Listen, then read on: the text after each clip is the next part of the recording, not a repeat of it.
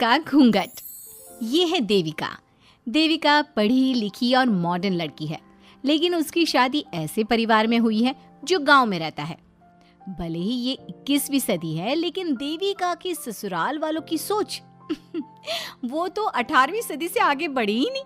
आइए जानते हैं क्या होगा जब शहर की पढ़ी लिखी और मॉडर्न लड़की फंस जाएगी संकीर्ण मानसिकता वाले माहौल में। सागर, ये तुम्हारे गांव में सबने इतने लंबे लंबे घूंघट क्यों कर रखे हैं? और ये सब मुझे इतना घूर घूर कर क्यों देख रहे हैं? अरे यार, तुम भी घूंघट कर लो ना, इसीलिए तो देख रहे हैं सब तुम्हें। कम ऑन सागर, मैं घूंघट नहीं कर सकती। तुम्हें पता है ना मैं कौन हूँ। लेकिन देविका, मेरे पिताजी, चाचा जी, बड़े भैया और जीजा जी ने तुम्हें बिना घूंघट के देख लिया ना तो बहुत गुस्सा होंगे और न जाने कौन कौन से फरमान सुनाएंगे। घर चलो, देखा जाएगा जो होगा। सागर देविका से कई बार कहता है कि वो घूंघट कर ले, लेकिन देविका सागर की नहीं सुनती और अपने ससुराल के दरवाजे पर पहुंच जाती है। जब देविका वहां पहुंचती है तो देखती है कि उसकी सास बिमला, चाची सास कम्मो और जेठानी सुजाता ने लंबा सा घूंघट कर रखा था, पर उनकी ननद वीना ने घूंघट नहीं किया हुआ था। लेकिन हाँ, उसने सर पर सलीकी के साथ दुपट्टा जरूर ओढ़ा हुआ था। सागर अपनी पत्नी को सबसे मिलवा रहा होता है, तभी सागर के पिता जोगिंदर बोलते हैं, सागर, तूने बहू को इस घर के तौर तरीके नहीं समझा। हमारे घर की औरतें बिना घूंघट के किसी पर आए मर्द के सामने नहीं आती और तू इसे ऐसे ही ले आया। पिताजी, मैं समझा दूंगा।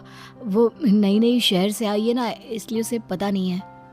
सागर की बात सुनकर उसके चाचा जी महेंद्र बोलते हैं, ये बात तो तुझे गांव में कदम रखते ही अपनी बीवी को समझानी चाहिए थी। हमारा गांव में बहुत नाम है। तेरी बीवी ऐसे गांव भर में घूमेगी तो क्या इज्जत रह जाएगी हमारी। ये बोलकर जोगिंदर और महेंद्र वहां से चले जाते हैं। शाम को घर की सारी औरतें खाने की तैयारी करती है। खाना तैयार हो जाता है, लेकिन घर की कोई भी औरत खाना नहीं खाती। बहुत रात हो जाती है, तब देविका कहती है, सासू माँ, खाना बने हुए तो देर हो गई, रात भी बहुत हो गई है, हम लोग खाना क्यों नहीं खा रहे हैं? अरे बहू, ये क्या बोल रही हो? हमारे यहाँ घर की औरतें तब तक खाना नहीं खाती जब तक घर के मर्द खाना ना खा ले। लेकिन इतनी देर हो गई, आप सबको भूख नहीं लग रही क्या? तभी देविका की जेठानी सुजाता कहती है, लग तो रही है, लेकिन यहाँ की यही रीत है, ये निभानी तो पड़ेगी ना। भाभी जी, ये रीत नहीं है, औरतों को प्रताड़ित करने का एक तरीका है। अगर इस घर के आदमी पूरी रात नहीं आए तो पूरी रात खाना नहीं खाओगी क्या? देविका ये बोलकर सीधा सागर के पास जाती है। सागर उसे समझाता है, देविका, यहाँ ऐसा ही होता है, तुम थोड़ा सब्र कर लो, पिताजी और चाचा जी आते ही होंगे, फिर हम सब खाना खाएंगे। सागर देविका को समझा ही रहा था, तभी देविका की ननद वीना आकर कहती है, सागर, खाना खाने आ जाओ, पिताजी और चाचा जी आ गए हैं। चलो देविका, तुम्हारा इंतजार खत्म हुआ। सागर खाने के लिए बैठ जाता है। जब सब खाना खाने बैठते हैं तो देविका भी बैठ जाती है। सागर धीरे से उसे कहता है, अरे देविका, ये क्या कर रही हो? तुम इस तरह हमारे साथ खाना नहीं खा सकती। मगर क्यों सागर, मुझे भूख लगी है, सब लोग खा रहे हैं तो मैं क्यों नहीं खा सकती? ये हमारे घर का नियम है, पहले घर के आदमी खाते हैं और बाद में औरतें। लेकिन सागर, हमारे घर में तो ऐसा कोई नियम नहीं है। देविका और सागर में बहस छिड़ जाती है। तब सागर का बड़ा भाई कहता है, सागर, तेरी बीवी को एक बार में समझ में नहीं आता क्या कि इस घर की औरतें मर्दों के खाना खाने के बाद ही खाना खा सकती है? भैया, मैं देविका को यही समझा रहा था। मुझे तो लग रहा है कि इसके दिमाग में कोई बात ही नहीं बैठती एक बार में। भैया, मेरे दिमाग में बात तब बैठेगी ना जब आपकी बात कोई ढंग की होगी। अरे आखिर क्यों घर की औरतों को आप लोगों की बात खाना मिलेगा? हाँ, अब से पहले घर की किसी औरत ने घर की किसी मर्द से इस लहजे में बात नहीं की थी, इसलिए वो सब देविका की बात सुनकर हैरान रह गए।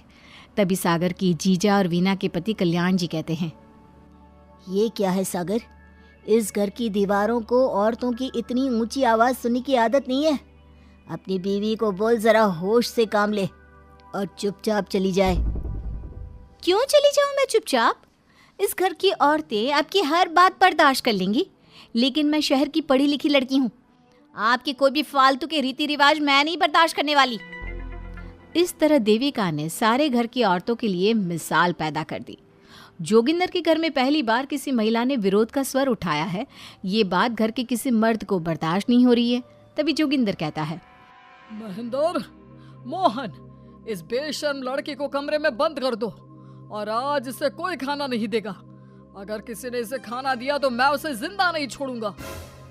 महेंद्र और मोहन उसे कमरे में बंद कर देते हैं और उसे खाना भी नहीं देते।